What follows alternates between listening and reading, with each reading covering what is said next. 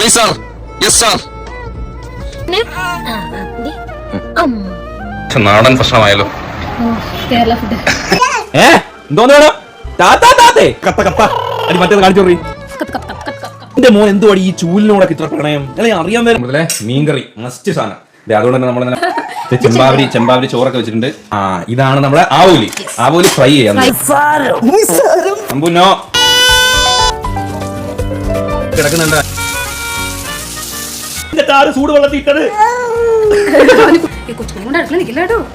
ചൂട് ചൂടുണ്ട് കേട്ടോ. ചൂടാണ് കേട്ടോ. ചൂട് റോട്ട് അങ്ങോട്ട് വെച്ച് ഇങ്ങനെ അങ്ങോട്ട് എടുത്ത്